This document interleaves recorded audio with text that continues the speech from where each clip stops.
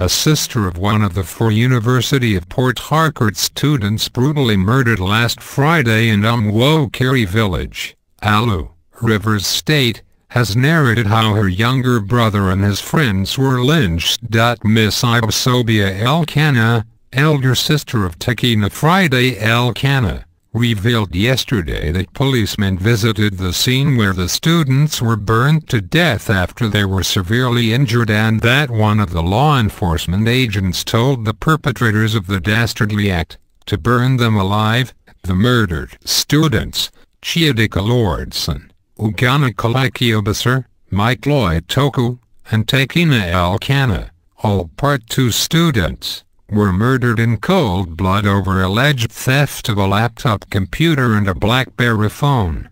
Ibisobia, a part-time final-year student of marketing at the same university who witnessed the incident, said on that fateful day, at about 7:30 am, she was at the house of her girlfriend in the community when she heard people shouting outside. I dashed out and beckoned on my friend to come since she lived in the area.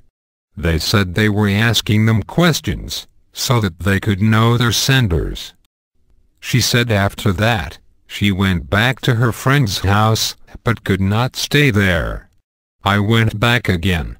I went through the bush path so that I could see them properly.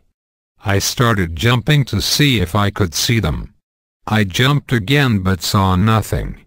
I jumped the second time and I saw Tekena. Tekena happened to be my brother. I told myself that I was not seeing well, this thing is a lie. I jumped the third time, I saw Lloyd, one of the victims. So, I started shouting. From what I gathered, the first time I came, they said they were not known, that they were strangers. As I identified them, I started shouting. Ibisobia said she continued shouting that Tekena was her brother, saying that he came to her on Thursday in school and she gave him his school fees. I told them that somebody should allow me to ask him what happened and what he came to do. He would confide in me. He was wailing and in a pool of blood. Tekena has been my younger brother for many years. I saw them as they lay in the water unclad with leaves covering their uncladness. His elder sister said she struggled and entered the crowd. Somebody shouted, "Who is that? What is she doing inside?" People were pushing me and I started crying. He is my brother. He is not a thief. Somebody behind me said, "Oh girl, run for your life." About 2 persons turned and asked, "Are you sure he's your brother?" and said maybe I was the person that sent him to go and steal. Ibisobia replied them that how could she send him, that she did not look as such. She said I should run for my life, that I would be the next one. 5th person.